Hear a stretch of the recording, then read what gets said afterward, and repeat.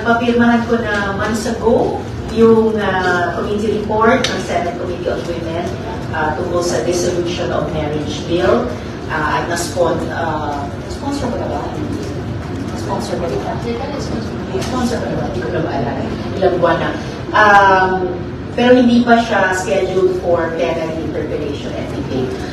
Sa panahon na yun, umaasa ako na tulad ng maraming importanteng bills na antala dahil sa malaki at matinding kaguluhan tungkol sa Chacha ay maidinig na rin, no? Alang-alang sa pagtugon ng Senado sa iba't ibang sitwasyon na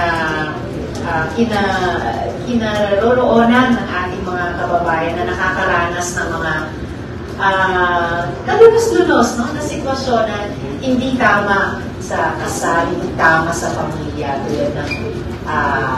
tulad ng pandadahas, iba't ibang forma ng karahasan, kapabayaan.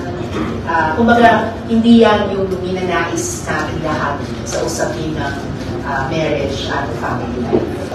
I really hope, no, na mabigyan talaga ito ng fair hearing dito sa Senado. Kapag makaraos na tayo dito sa hindi kinakailangan at nakapangahahati, halos negatibo na idudulot sa amin at hindi kailangan usapin ng Chacha. Sana maka-get back on track ang Senado, ang buong Kongreso sa ganitong mga importanteng issue.